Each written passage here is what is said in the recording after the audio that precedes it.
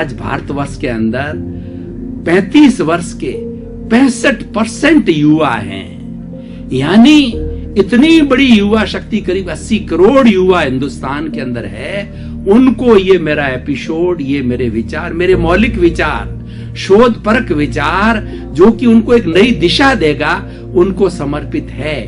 मेरे युवा बंधुओं, युवा शक्ति जो होती है वह एक विस्फोट करने वाली होती है, क्योंकि युवा उम्र होती है वो बचपन और प्रौढ़ अवस्था के बीच की अवस्था होती है, वो ब्रिज की अवस्था होती है। आप देखिए, कोई भी कार्य युवा जीवन में ज्यादा किया जाता है, क्योंकि युवा जीवन के अंदर हमारा शरीर पूरा साथ देता है, सारी पांचों इंद्रियां स्वस्थ होती है, मन स्वस्थ होता है, शरीर स्वस्थ होता है और कुछ काम करने की ललक होती है।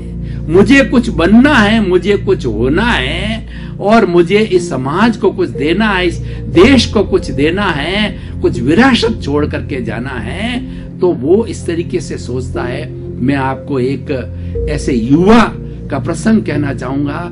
अटल बिहारी वाजपेयी जब प्रधानमंत्री बने तो उनको पत्रकारों ने ये प्रश्न किया कि आप प्रधानमंत्री बन रहे हैं, क्या प्रधानमंत्री की आपकी एम्बिशंस हैं? तो उन्होंने कहा कि मेरी प्रधानमंत्री कहां से एम्बिशन हो, मैं तो पत्रकार बनना चाहता था, एक साधारण कॉमन व्यक्ति हूं। मेरी 2 अभिलाषाएं हैं कि पहली अभिलाषा तो ये है कि जो कुछ मैं कार्य करूं वो मेरी समाज की भलाई के लिए होना चाहिए और समाज के सब वर्गों को उसका फायदा मिलना चाहिए, पूरे देश को फायदा मिलना चाहिए।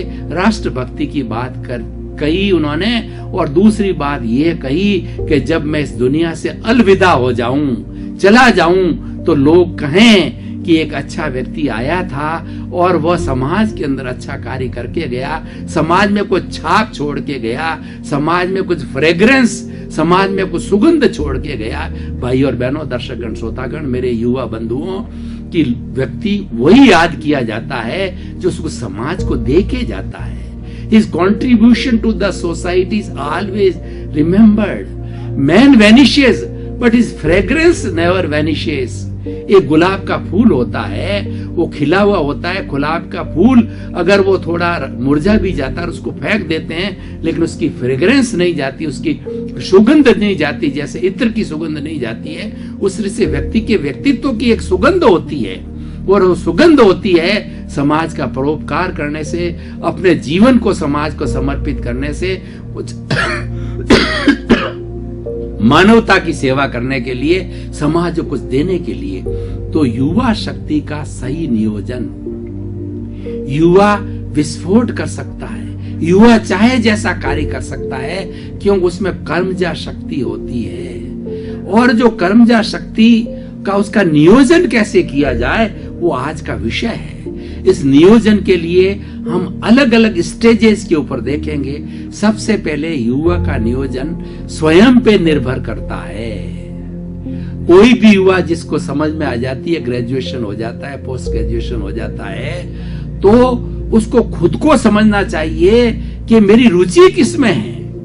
मेरी रुचि पत्रकार में है, डॉक्टर में है, इंजीनियर के अंदर बनने में है, सीए बनने में है, या नेता बनने में है। किसके अंदर मेरी रुचि है, मेरा दिमाग किसके अंदर चलता है, मेरे को इंटरेस्ट किस में आता है। और ये नॉर्मली मैं स्कूलिंग की भाषा में बात करूं कि बच्चा जब 11th में आता, 10th तक जो है सारे कॉमन सब्जेक्ट पढ़ाए जाते हैं, कोई स्पेशलाइज सब्जेक्ट नहीं होता है। उसको जो जैक ऑफ ऑल बनाया जाता, मास्टर ऑफ नन बनाया जाता है। जब वो 12th में आता है तब उसको जो है उसकी दिशा जागृत होती है। साइंस मैथमेटिक्स में जाना है, साइंस बायोलॉजी में जाना है, कॉमर्स में जाना है या आर्ट्स में जाना है, और फिर उसमें से कौन सी विधा लेनी होती है, उस दिशा के अंदर वो प्रयाण करता है। इसीलिए अपनी शक्ति का नियोजन, अपने भविष्य का निर्माण जो है व्यक्तिगत स्तर पर ज्यादा होता है, और वो अपनी समझ से किया जाना चाहिए।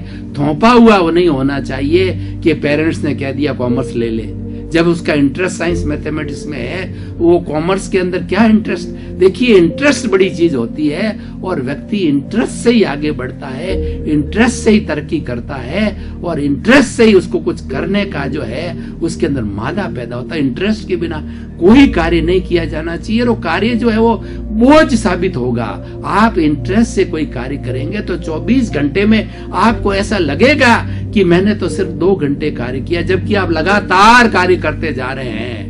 और कोई आपका बोझिल विषय है जिसमें आपका इंटरेस्ट नहीं है, आधा घंटा भी ऐसे लगेगा कि 12 घंटे मैंने कार्य कर लिया, वो बोझ बन जाता है। इसलिए बोझ को हटाने के लिए मेरे युवा बंधुओं, सबसे पहले मैं अपना अनुभव आपको शेयर करना चाहता हूं, नसीहत देना चाहता हूं, राय देना चाहता हूं, सजेशन देना चाहता हूं कि कोई भी अपने आप लाइफ का निर्णय लें, अपने इंटरेस्ट का निर्णय लें और साफ साफ बड़े बड़े स्पष्ट शब्दों में अपने पेरेंट्स को बता देना चाहिए या जहां भी आपका कार्य है बता देना चाहिए मेरा इंटरेस्ट इस विषय के अंदर है। और फिर जब आपने कोई दायरा तय कर लिया, इंटरेस्ट को तय कर लिया है कि नहीं मुझे आईएएस बनना है, आईपीएस बनना है, मुझे कंपटीशन में जाना है, तो फिर उसमें लग जाइए, उसमें लक्ष्य की तरफ रखिए।